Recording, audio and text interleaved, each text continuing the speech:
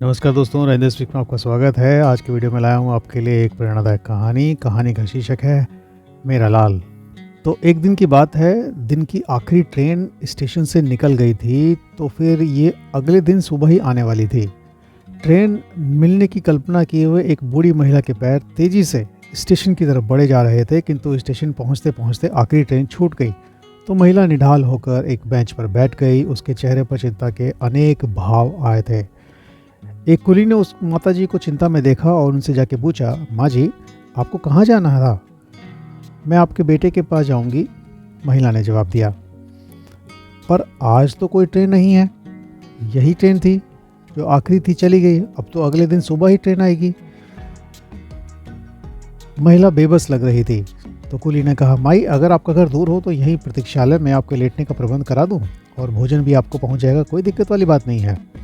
वैसे दिल्ली में आपका बेटा क्या करता है? माँ ने जवाब दिया कि उसका बेटा रेल महकमे में कोई काम करता है। तो माई, आप जरा बेटे का नाम बताइए, मैं देखूंगा अगर उनसे संपर्क हो पाएगा तो आपकी बात करवा दूंगा, कुली ने कहा। वो मेरा लाल है, मैं उसे लाल ही बुलाती हूँ, मगर सब उसको लाल बहादुर शास्त्री कहते हैं, उस बूढ़ी महिला ने जवाब दिया। वृद्ध महिला के मुंह से उनके बेटे का नाम सुनकर कुली के पैरों तले जमीन खिसक गई। वो अवाक और हैरान रह गया। भागकर स्टेशन मास्टर के कमरे में पहुंचा और एक ही सांस में पूरी घटना उनको बताई। स्टेशन मास्टर तुरंत हरकत में आए। कुछ लोगों से आनन फानन पे तार से या टेलीफोन से बात हुई और अपने महत्वों के साथ भागकर बूढ़ी महिला के पास पहुंच गए। महिला को सादर प्रणाम कर स्टेशन मास्टर ने पूछा, माँ जी, आपके बेटे ने कभी आपको बताया नहीं कि वो रेल महकमे में क्या काम करते हैं? महिला ने कहा कि बताया था ना मुझे। बोला था कि अम्मा, मैं रेलवे के किसी दिल्ली दफ्तर में छोटा सा मुलाजिम हूँ। माँ जी, आपकी शिक्षा व संस्कारों ने आपके बेटे को बहुत बड़ा व महान बना दिया है। जानना नहीं चाहेंगे कि आपके बेटे रेल महकमे में कौन सा काम करते हैं?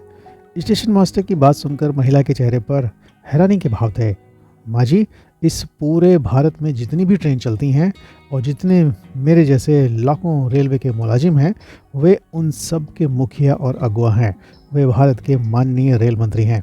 स्टेशन मास्टर व वृद्ध महिला के बीच चल रही इस वार्तालाप को बीच स्टेशन का माहौल पूरी तरह से बदल चुका था। सब लोग उनको घेरे खड़े थे और उनकी बातें सुन रहे थे और सब लोग हैरान थे कि देश के रेल मंत्री की माँ एक आम महिला की तरह स्टेशन पर ट्रेन पकड़ने आई हैं। सायरन की हुंकार के साथ जिले के पुलिस कप्तान, जिला कलेक्टर सहित रेलवे पुलिस के जवान और अधिकारी स्टेशन पर पहुंच चुके थे। एम्बेसडर कार भी आ चुकी थी और वृद्ध माँ को सलामी देते हुए उनको पूरे सम्मान के साथ रेलवे के सुरक्षा गार्डों के सुपुर्द कर शास्त्री जी के पास दिल्ली रवाना कर दिया गया। बनारस के इस छोटे से स्टेशन पर चल रहे इस बड़े घटनाक्रम से दिल्ली दरबार में बैठा वो छोटे कद का बड़ा आदमी पूरी तरह अनजान था। दोस्तों, यहाँ ये कहानी ख़त्म होती है और ऐसे थे भारत माँ के सच्चे सपूत श्री लाल बहादुर शास्त्री जी, जो रेल मंत्री बनने के बाद में हमारे देश के प्रधानमंत्री बने। तो जिनके संस्कार इतने बड़े थे कि उन्होंने कभी भी देश के संसाधनों का निजी जीवन के लिए इस्तेमाल नहीं किया और अपना संपूर्ण जीवन देश को समर्पित किया। तो ऐसी ही प्रेरणा, ऐसे ही संस्कार आप भी अपने बच्चों को दीजिए कि वो जीवन में अपने देश के लिए कुछ करें। तो इसी अच्छी प्रेरणा के साथ, इसी संदेश के साथ ये कहानी यहाँ ख़त्म होती है। दोस्तों, आपको ये कहानी कैसी लगी मुझे ज़रूर बताइए कमेंट में। अगले वीडियो में फिर आपसे मिलते हैं। तब तक के लिए धन्यवाद। नमस्कार।